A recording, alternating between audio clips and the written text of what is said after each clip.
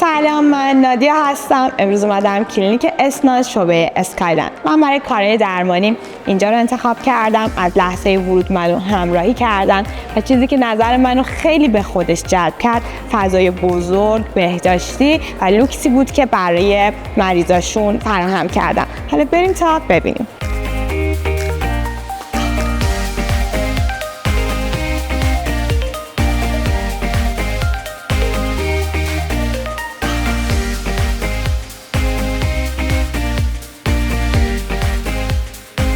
خب اومدیم قسمت لانچ کلینیک.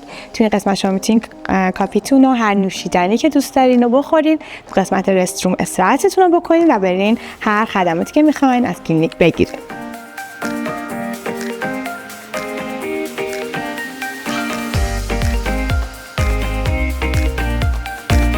همونطور که میبینید توی یکی از 38 تا یونیت کلینیک هستیم. فضای کاملا آروم، هیژن و دلبازی داره.